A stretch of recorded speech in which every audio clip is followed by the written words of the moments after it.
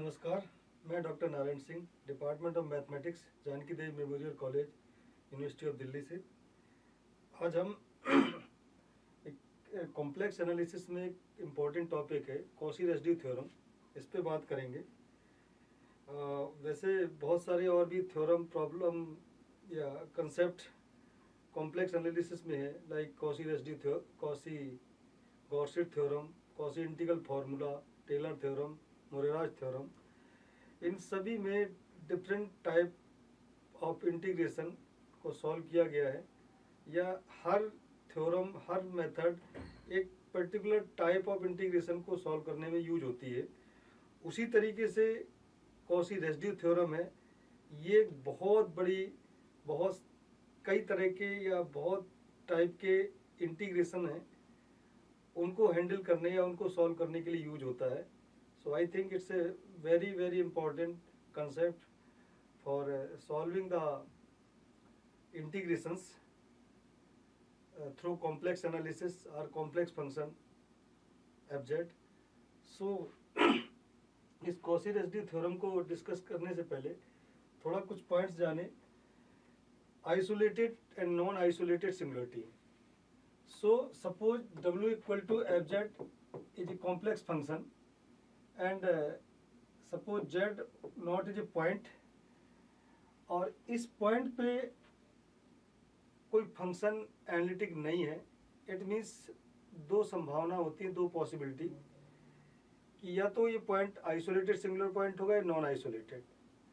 तो अगर इस पॉइंट के किसी भी नेबरहुड के अगर सम पॉइंट पे फंक्शन एनालिटिक है suppose, then this Z0 is called isolated singular point.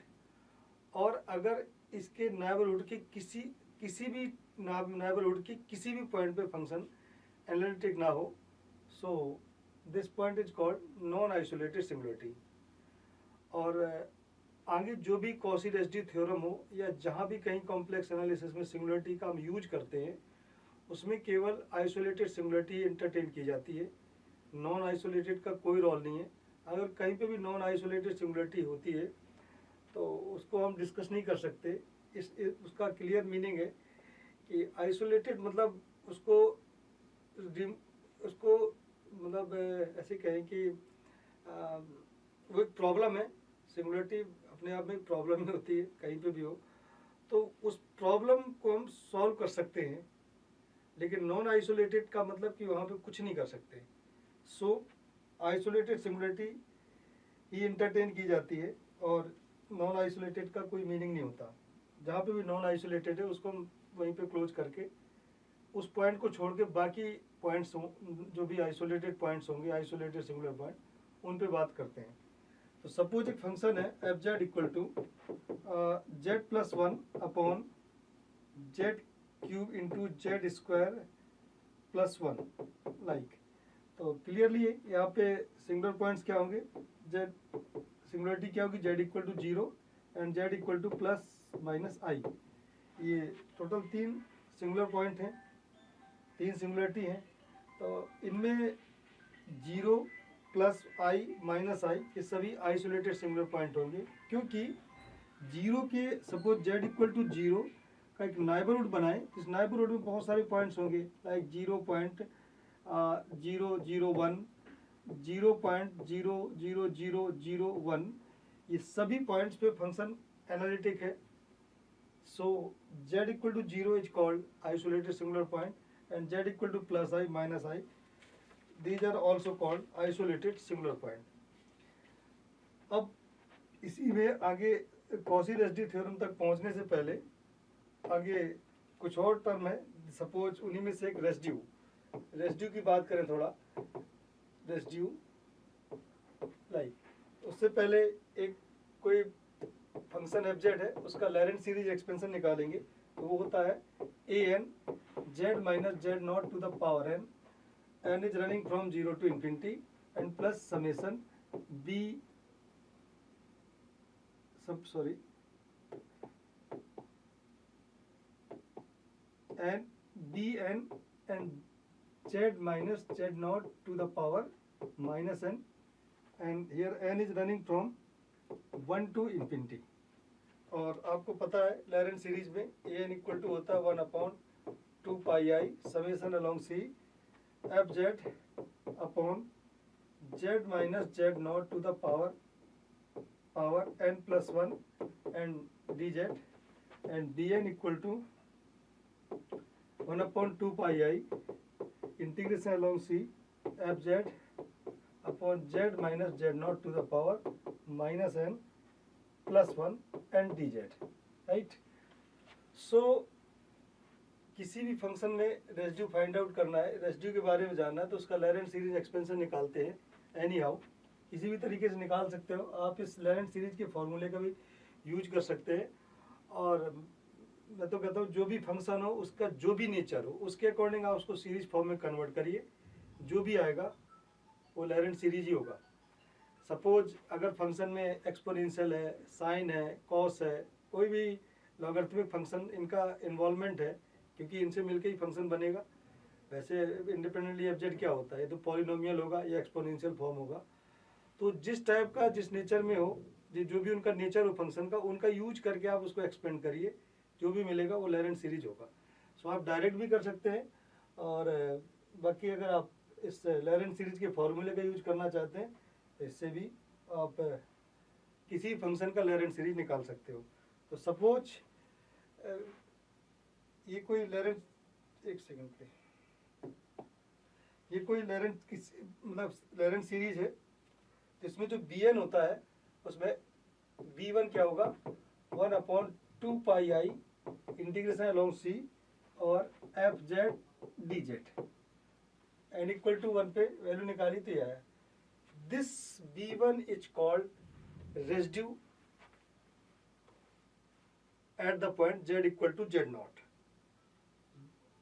Okay, so जो भी बोले इसको और लिखे तो कैसे लिखेंगे, residue of f z at z equal to z naught, this is called b1, and the value of b1 from the Lorentz series formula is 1/2 pi I along c f z dz. Okay, so we get integration along c f z dz equal to 2 pi I and residue of fz at z equal to z naught. So we get a result. This is in value of integration of fz along c equal to 2 pi I and into residue of fz at z equal to z naught. So again एक बार फिर से इसको repeat कर ले कि जो b1 है this is called the residue, और b1 होता क्या है, अगर लॉरेंट सीरीज निकालते हैं तो उसमें थोड़ा मैं यहीं पे लिख लूँ, नहीं नेक्स्ट लेते हैं कि जो लॉरेंट सीरीज होती है F Z equal to summation a n z minus z not to the power n plus, इसको हम एक्सपेंशन फॉर्म में लिखे तो क्या होगा b1/z minus z not and b2/z minus z not square and dot so on. So residue is b1 means 1/z minus z naught का जो भी कोफिशिएंट है वो fz फंक्शन के लिए at the point z equal to z naught पर residue कहलाता है। और z नॉट अभी थोड़ी देर पहले ही बात हुई, z naught is a singular point, या और क्लियरली बोले तो z naught is a isolated singular point. So isolated singular point z naught पे रेसिड्यू लिखें तो क्या होगा, रेसिड्यू ऑफ एफ, सॉरी एक सेकंड,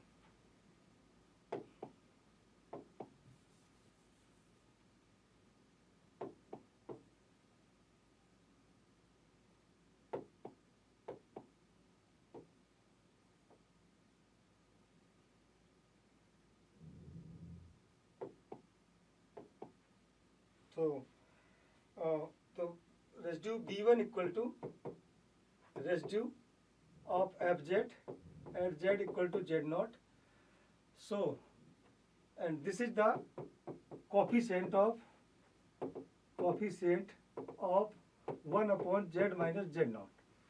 सो एनी हाउ किसी भी तरीके से समझे आप, जो 1/z माइनस जेड नॉट का कॉफिशेंट है ये रेसिड्यू होता है, और उसको लॉरेंट सीरीज के फॉर्मूले से जो बी एन होता है उसके वैल्यू निकाल के अगर उसको रिलेट करें तो हमें क्या मिला, this is equal to 1/2 pi है, जैसा भी डिस्कस किया, along c f z d Z.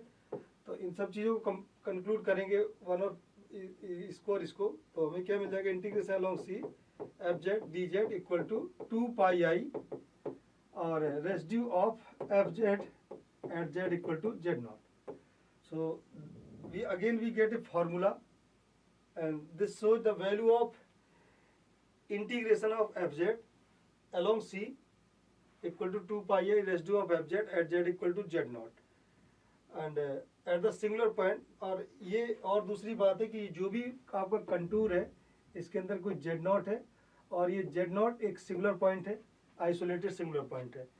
सो बाकी पीछे जो हमने थ्योरम्स बहुत सारी, कॉसी गॉर्सेट हो या कॉसी इंटीग्रल फार्मूला हो या टेलर सीरीज हो, उन सभी में आपने देखा कि कंटूर के अंदर कोई सिंगुलरिटी नहीं होती, लेकिन लॉरेंट सीरीज आपको एक प्लेटफॉर्म या एक मेथड देता है कि जो सिंगुलरिटी के साथ एंटरटेन की जाती है, कंसीडर की जाती है, और उसी को आगे बढ़ाया कॉसी रेसिड्यू थ्योरम में या रेसिड्यू की कंसेप्ट में, कि जो किसी सिंगुलर पॉइंट के अराउंड डिस्कस किया जाता है रेसिड्यू को। और इस तरीके से तो रेसिड्यू जो 1/z माइनस जेड नॉट का कोएफिशिएंट रेसिड्यू होता है, उसको आप किसी भी मेथड से लॉरेंट सीरीज निकालें किसी फंक्शन की, इसके कोएफिशिएंट जो भी वैल्यू है, this is residue, and that will be equal of this integration 1/2 pi i, और इसको आसानी से सिंप्लीफाई करके हम इस इंटीग्रेशन की वैल्यू निकाल सकते हैं। सो ये रेसिड्यू की कंसेप्ट है। और कुछ एक दो आसान से एग्जांपल देखें, सपोज कि एकदम सपोज ये फंक्शन है एक integration along c,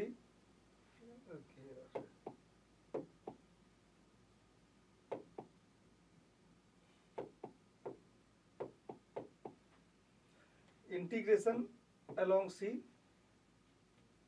of z square and sine 1/z d z. इस तरीके से कोई फंक्शन है का इंटीग्रेशन है, इसकी वैल्यू निकालना है, और ये c is the mod z equal to 1 suppose. तो आसान से जो भी हमने पीछे फार्मूला पढ़ा उसका यूज करें।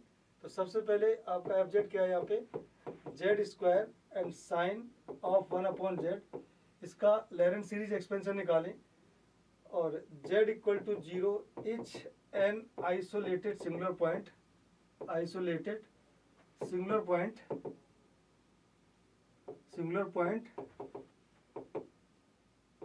इन the given contour C। So z equal to 0 के अबाउट इसका लॉरेंट सीरीज निकालें, तो क्या होगा, कोई फॉर्मूला नहीं, साइन के नेचर या साइन सीरीज का आप इस्तेमाल करेंगे, तो होगा जेड स्क्वायर एंड क्या होता है z minus z cube upon factorial, sorry 1 second, थोड़ा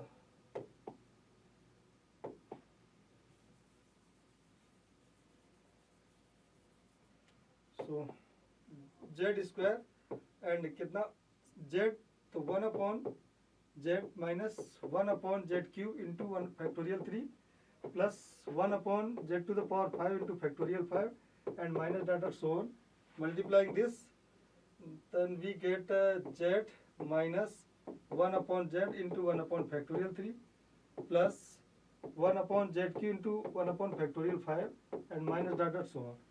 So simply यहाँ पे रेसिड्यू क्या है, b1 means the coefficient of 1/z, coefficient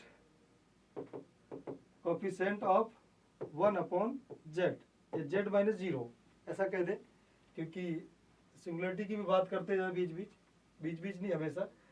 तो कोएफिशिएंट ऑफ 1/z माइनस 0 क्या होगा, -1 फैक्टोरियल 3।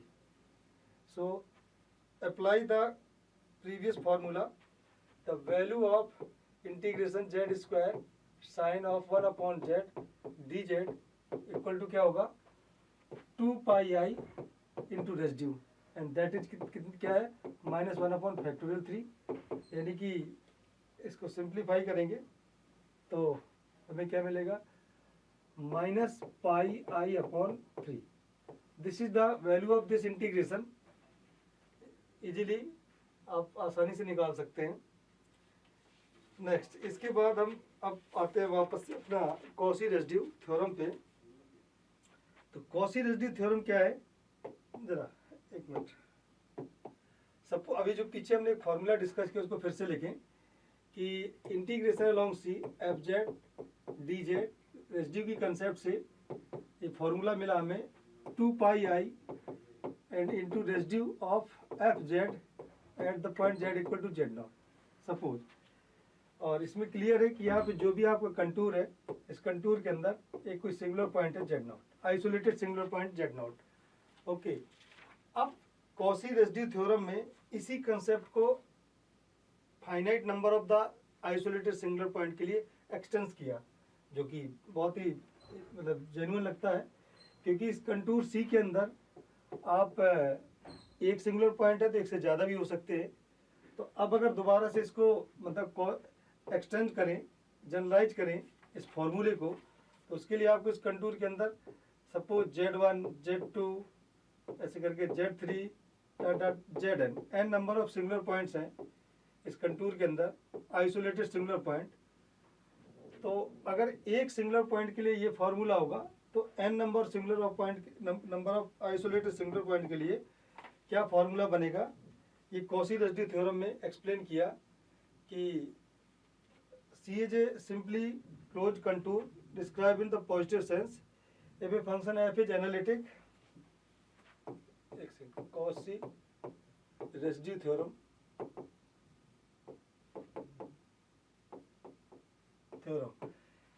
So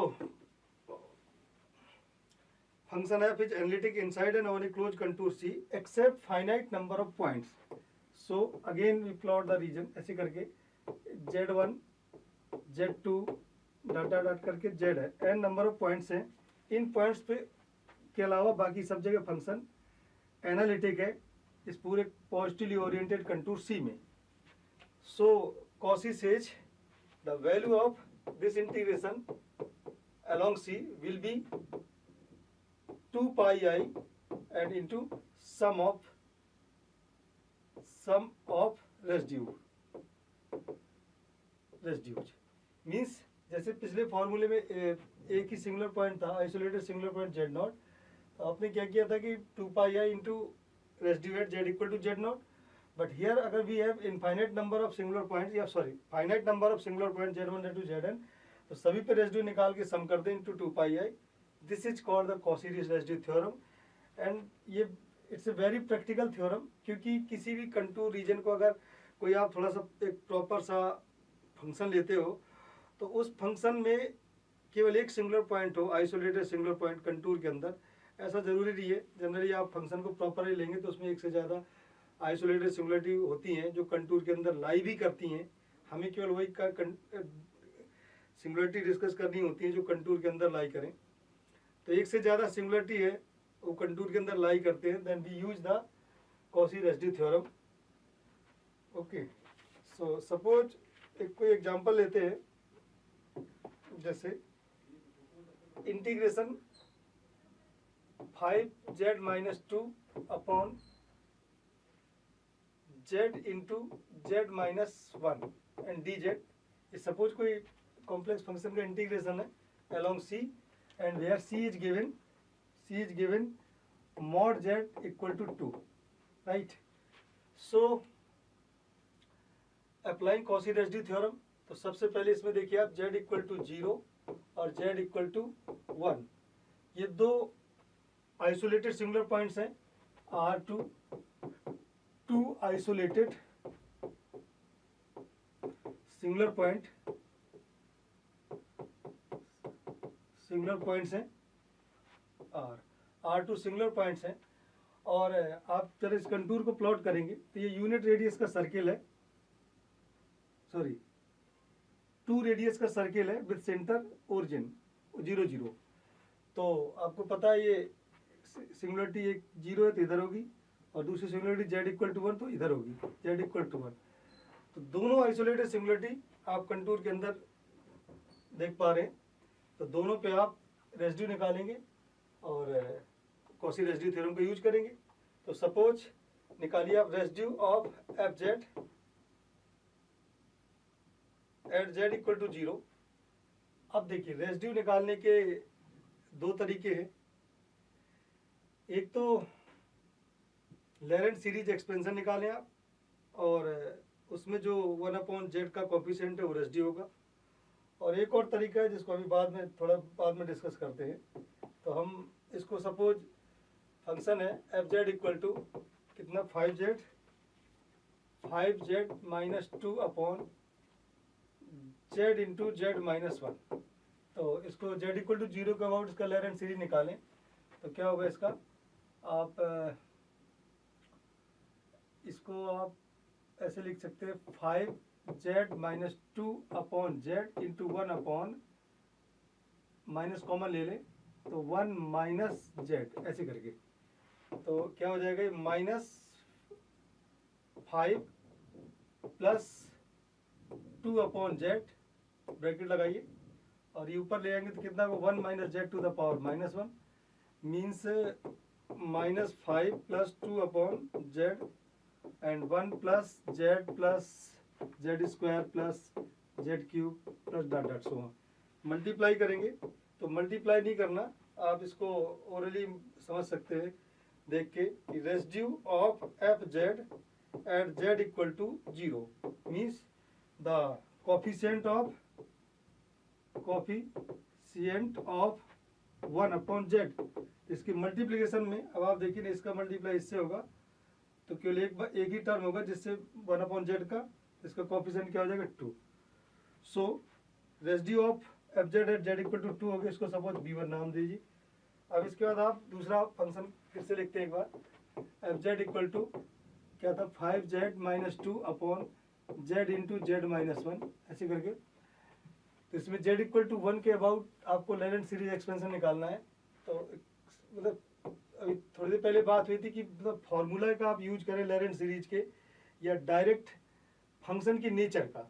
तो फंक्शन के नेचर का इस्तेमाल करते हैं, तो आप इसमें जहाँ पे भी z हो उसको z माइनस फॉर्म में कन्वर्ट करिए तो कितना हो जाएगा 5z माइनस 5 और plus 5 and minus 2 upon z minus 1 plus 1 and z minus 1। This is as it is. तो क्या हो जाएगा ये, इसको आप 5 कॉमन ले लीजिए तो z माइनस 1 और प्लस 3 और अपॉन लिखिए z माइनस 1 एंड इसको टर्म को थोड़ा ऐसे लिख लेते हैं 1 प्लस जेड माइनस 1 ऐसे करके। यहाँ से क्या मिलेगा 5 प्लस 3 अपॉन जेड माइनस 1, इस ब्रैकेट बंद करिए। इसको ऊपर ले आके इसका बाइनोमियल एक्सपेंड करते हैं डायरेक्ट, तो कितना हो जाएगा 1 minus z minus 1 plus z minus 1 का whole square and minus cube dot dot so. So आप डायरेक्टली इसमें अब बिना मल्टीप्लाई के ऐसे देख के लिख सकते हैं residue of f z at z equal to 1 means आपको 1 अपॉन जेड माइनस 1 का कोफिशिएंट ढूंढना है। तो इस टर्म का इससे मल्टीप्लाई होगा, केवल एक ही टर्म आएगा 1 अपॉन जेड माइनस 1 का, और कोई टर्म हो दूसरा आना नहीं है। तो इससे कोफिशिएंट क्या हो जाएगा 3। So this is the residue of f z at z equal to 1। Suppose assume कर लो b1, सॉरी b1 पहले ले चुके थे, सॉरी b2। तो value of this integration 5z minus 2 upon z into z minus 1 dz along C will be according to the Cauchy residue theorem 2 pi I and sum of residue। तो मतलब b1 plus b2 जो भी हमने निकाला दोनों point पे, तो 2 pi I और b1 क्या था, b1 था 2 और b2 था 3, तो 2 प्लस 3 तो टोटल कितना होगा 5 10 pi I। This is the value of integration through Cauchy residue theorem। So दूसरे अदर मेथड जो भी हम कैलकुलस में या कहीं पे भी पढ़ते हैं उनसे कंपैरेटिवली आसान है, इजी है। और आगे कुछ ऐसे भी इंटीग्रेशंस होंगे जिनको हम पिछले मेथड से लगा ही नहीं सकते, तो उनमें तो केवल ये ओनली मेथड होगा Cauchy रेसिड्यू। लेकिन जिनको हम पिछले मेथड से कर सकते हैं उनको भी हम कंपैरेटिवली इस टेक्निक से इजीली कर सकते हैं। ये इसकी अपनी इम्पोर्टेंस है। ठीक, तो आगे अब बात करें थोड़ा सा एक और टर्म है टाइप ऑफ सिंगुलरिटी, एक हेडिंग है टाइप ऑफ सिंगुलरिटी।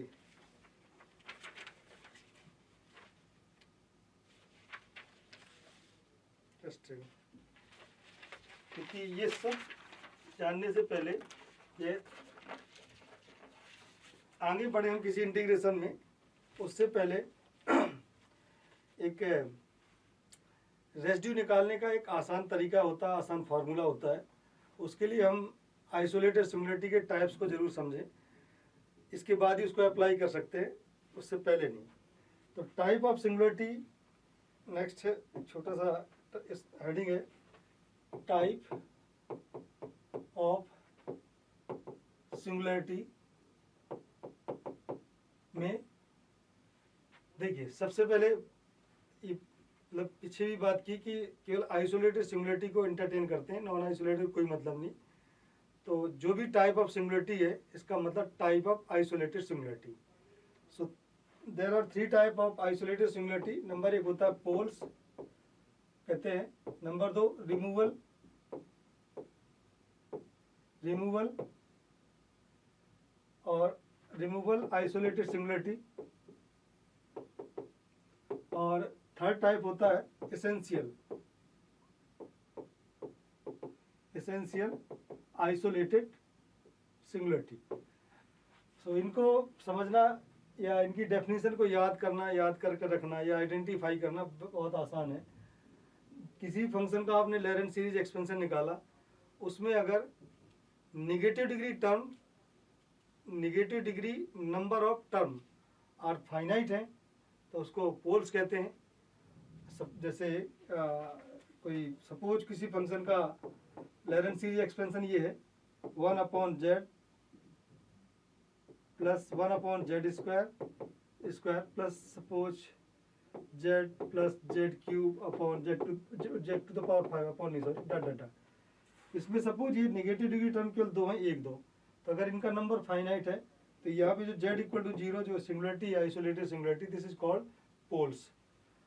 और अगर इसी में या किसी फंक्शन के लॉरेंट एक्सपेंशन में नेगेटिव डिग्री टर्म एक भी ना हो, जैसे सपोज ये होता है सपोज कोई function f z = e to the power z है, इसमें क्या होता है 1 + z + z² upon factorial 2 + z³ upon factorial 3 and that so on. There are infinite number of terms, all are positive degree terms, no negative terms. तो यहाँ पे भी अगर एक फिर सॉरी ये एग्जांपल ठीक नहीं होगा क्योंकि ये कोई यहाँ पे सिंगुलरिटी है नहीं, right. We take another, there are so many examples. Suppose कि एफ जेड इक्वल टू ये है 1 - cos z अपॉन z²। इस फंक्शन में z = 0 ये आइसोलेटेड सिंगुलरिटी है, बट इसको हम एक्सपेंड करेंगे तो क्या होगा 1 - cos z का फॉर्मूला क्या होता है 1 - z² upon factorial 2 plus z to the power 4 upon factorial 4 and minus dot so upon z²। इसके लॉरेंट सीरीज निकालते हैं तो कितना आएगा, ये z² upon factorial 2 minus z to the power 4 upon factorial 4 plus dot upon z² and divide that, then we get 1 upon factorial 2 minus z² upon factorial 4 plus z to the power 4 upon factorial 6। There are so ये 1 upon factorial 2 है please. So Laurent series expansion of this function, we don't have a single negative degree term, एक भी negative degree term नहीं है। So we can say z = 0 is an removal singularity for the function 1 - cos z upon z²। इस तरीके से ये removal को समझ सकते हैं। इसके बाद जैसे सपोज कोई फंक्शन लिया f z = e to the power 1/z, ऐसे इसमें z = 0 is a removal, z = 0 is an isolated singular point, z = 0 is an isolated singular point. इसका लॉरेंट सीरीज एक्सपेंशन होगा ऑब्वियसली, एक्सपोनेंशियल फंक्शन ई की nature का use करेंगे। Then we get 1 + 1/z plus 1 upon factorial 2 into 2 into 1 upon z square and 1 upon factorial 3 into 1 upon z cube and that so on.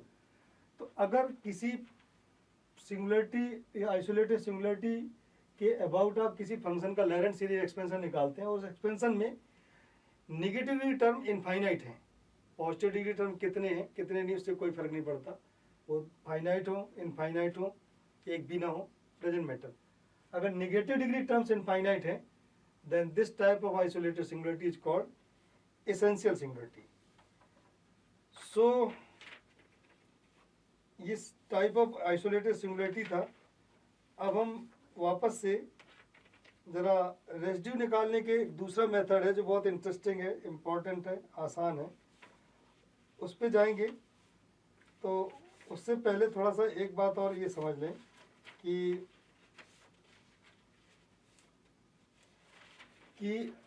Generally जब हम singularity की बात करते हैं तो उसमें केवल हम आइसोलेटेड सिंगुलरिटी इंटरटेन करते हैं, नॉन आइसोलेटेड कभी नहीं. और जनरली देखिए ये कोई एकदम ऐसे तो कह नहीं सकते कि हर क्वेश्चन में बात हर जगह लागू हो, लेकिन सबका लेरेंट सीरीज एक्सपेंशन आप चाहे तो निकाल के चेक कर सकते हैं. बट जनरली यूजी लेवल पे जो फंक्शन हमारे टच में आते हैं जिनको हम इंटरटेन करते हैं, उन सभी में जो भी आइसोलेटेड सिंगुलरिटी होती है वो ऑलमोस्ट पोल होती है. एक मतलब उनके लेरेंट एक्सपेंशन निकालोगे तो उसमें positive degree term, negative degree term और निगेटिव डिग्री टर्म फाइनाइट होंगे. तो वो जो भी आइसोलेटेड सिंगुलरिटी है वो पोल्स होती है. तो अगर सपोज आइसोलेटेड सिंगुलरिटी कंफर्म है आपको किसी तरीके से, आइसोलेटेड सिंगुलरिटी का टाइप अगर आपको किसी तरह कंफर्म है कि वो पोल्स है, तो उस कंडीशन में एक शॉर्टकट टेक्निक होती है रेसिड्यू निकालने के लिए, और वो एक फॉर्मूला होता है आसानी से. वो ये है कि residue of f z, suppose point z equal to 0, so this is the formula, phi z upon z minus z not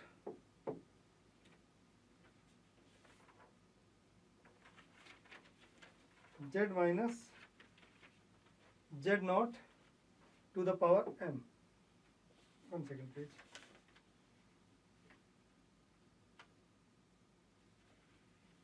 No, one second, एक second.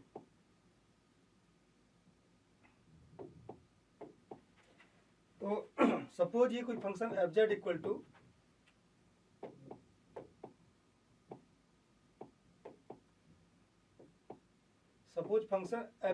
टू इस तरीके से कोई function phi z upon z minus z not to the power m, right.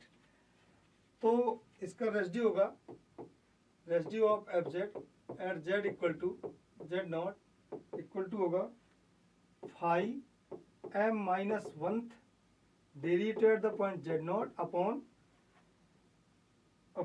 Factorial m minus 1. ठीक है.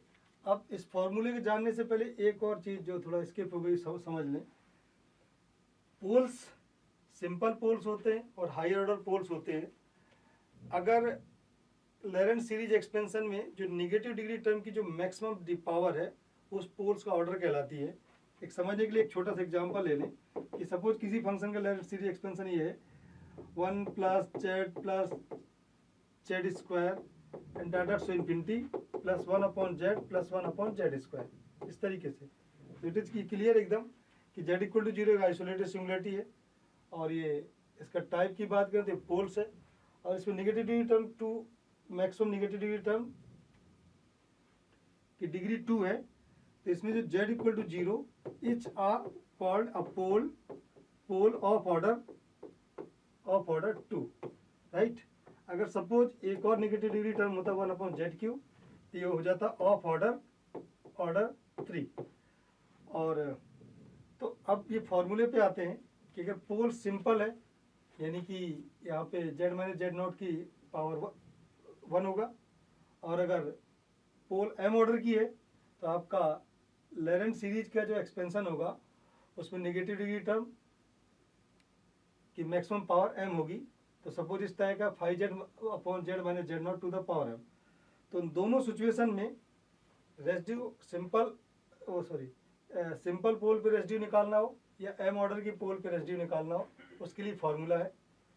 तो इसको हम फार्मूले को एक्सप्लेन करने के लिए छोटा सा एग्जांपल लेते हैं, समझना बेहद आसान हो जाएगा।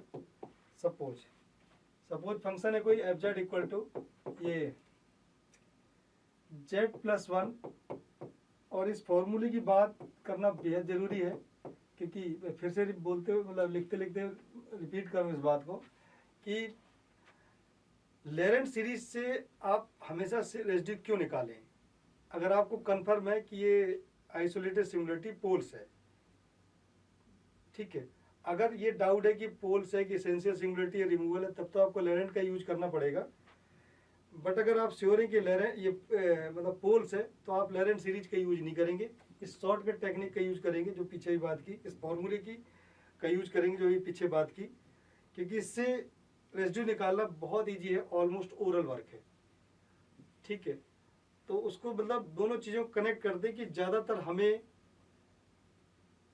जो भी आइसोलेटेड सिंगुलरिटी होगी वो उसका टाइप पोल्स होगा, मतलब कंफर्म तो करना ही पड़ेगा, ओरली कंफर्म कर लें या किसी तरीके से कंफर्म करें। लेकिन अगर कंफर्म हो जाए तो लेरेंट सीरीज ना यूज करके इस फॉर्मूले का यूज करेंगे रेसिड्यू निकालने में, क्योंकि कंपैरेटिवली बहुत ईजी है, बहुत आसान है। ये एक एग्जांपल है छोटा सा सिंपल, और अगला एक एग्जांपल लेंगे हायर ऑर्डर की पोल पे रेसिड्यू निकालने का without Laurent series with the help of formula जो हमने अभी पीछे बात की। तो देखो ये क्या है, z+1 अपॉन इसमें क्या है z+3i एंड z-3i, ऐसे करके इसके फैक्टर किए तो क्लियर है z इक्वल टू 3i और z equal to -3i are poles. देखिए, तो जैसा मैंने भी कहा कि हम जो भी फंक्शन कंसीडर कर रहे हैं उसमें जो भी सिंगुलरिटी है पोल्स टाइप की है, ऐसा मतलब यूँ तो कह पाना कि सब ऐसा ही होता है, ऐसा होगा, ये तो गलत बात होगी। लेकिन फिलहाल जो भी क्वेश्चन डिस्कस किए जा रहे हैं, जो भी एज ए एग्जांपल यूज किए जा रहे हैं, या आपको किसी बुक में इस टॉपिक से रिलेटेड एक्सरसाइज में जो भी मिलेंगे उनमें लगभग 99.99% केसेस में उन सभी फंक्शंस में जो सिंगुलरिटी होगी वो पोल्स टाइप की होगी। तो उसको हम समझ मतलब उसको एज ए पोल ट्रीट करते हुए आगे बढ़ सकते हैं। बाकी रूल तो ये कहता है कि पहले चेक करो, इसके बाद आप उसको जो जिस टाइप हो उसके उस मेथड से उसको रेसिड्यू निकालो या आगे जो भी इंटीग्रेशन निकालना हो, जो भी करना हो करो। बट यहाँ पे लगभग हमें पोल्स ही मिलने वाला है, तो हम उस पर ज़्यादा ना सोच के एज्यूम कर लेते हैं कि पोल्स हैं, और पोल्स है तो पोल्स पे रेसिड्यू, और रेसिड्यू तो फिर आगे बाकी फर्दर वैल्यू ऑफ इंटीग्रेशन कैसे निकालें उस पर फोकस करते हैं। तो z इक्वल टू ये 3i - 3i are two poles है। तो फॉर्मूला अभी क्या पढ़ा, ये भी residue of fz of at z equal to suppose 3i। तो उसी फॉर्मूले को और सिंप्लीफाइड वे में लिख सकें तो ऐसे लिख सकते हैं limit at z tends to 3i and z - 3i i into fz। ये बहुत आसान तरीका है। तो आपको पता है क्या वैल्यू मल्टीप्लाई करें कैंसिल हो जाएगा, और ये बचेगा z+1 अपॉन z+3i। तो इसमें 3i रखें तो कितना होगा 3i+1 upon 3i+3i means 3i+1 upon 6i। This is the residue of fz at the pole z equal to 3i। इसी तरीके से मतलब residue of fz at z equal to -3i निकाल सकते हैं। तो कितना होगा limit z tends to -3i, और क्या हो जाएगा z+3i ये मल्टीप्लाई इंटू fz। तो क्लियरली आप ये कैंसिल हो जाएगा इससे, और ये इसमें वैल्यू रखेंगे तो कितना आएगा -3i+1 अपॉन -6i, ये रेसिड्यू आएगी। तो ये तो थोड़ा सा फर्स्ट टाइम था तो शायद सपोज कहेंगे थोड़ा सा टाइम लग गया। अदरवाइज कोई क्वेश्चन हो तो इस टेक्निक को और सिंपल पोल इस फार्मूले से और सिंपल पोल पे अगर रेसिड्यू निकालना हो तो मैंने भी थोड़े पहले बोला था कि ऑलमोस्ट ओरल, तो ऑलमोस्ट 100% ओरल वर्क है। कि एक दो एग्जांपल लेते हैं जल्दी में। सपोज ये है z plus z square plus 3, कुछ भी लिख लो, and z-1, z-2 and z-3। काफ़ी लेंदी रेशनल कॉम्प्लेक्स फंक्शन है। तो आपको सामने साफ साफ दिख रहा है z इक्वल टू 1 2 3, ये 3 पोल्स हैं। तो ओरल इसलिए कह रहा था कि अब आपसे बस लिखना ही इतना ही है, residue of f z at z equal to 1 क्या होगा। ये z इक्वल टू 1 पे रेसिड्यू निकालेंगे तो फैक्टर मल्टीप्लाई हो जाएगा और z की जगह उसकी limit value z equal to 1 आ जाएगा। तो कितना होगा 1 square plus 3 upon 1 minus 2 and 1 minus 3। इसको भी इजीली कैलकुलेट कर सकते हैं, जैसे कितना होगा 4 अपॉन -1 एंड -2, मतलब कहने का कि टोटल 2। इसी तरीके से आप residue of f z at z equal to 2 आपको पता है, तो मतलब लगभग ओरल वर्क है। तो यहाँ पे रख दें, कितना आ जाएगा 4 + 3 7, राइट। और ये टर्म कैंसिल हो जाएगा, 2 रखेंगे तो 2 - 1 1, 2 - 1 1, यानी यहाँ आए 1, यहाँ पे -1, तो कितना का -7। और इसी तरह तीसरे पोल z इक्वल टू 3 पे आप मतलब ओरली या बहुत छोटे से एफर्ट से आप रेसिड्यू निकाल सकते हैं, जो हमने पीछे फॉर्मूला पढ़ा। तो आज के लिए फ़िलहाल इतना ही करते हैं, बाकी मिलते हैं अगले लेक्चर में।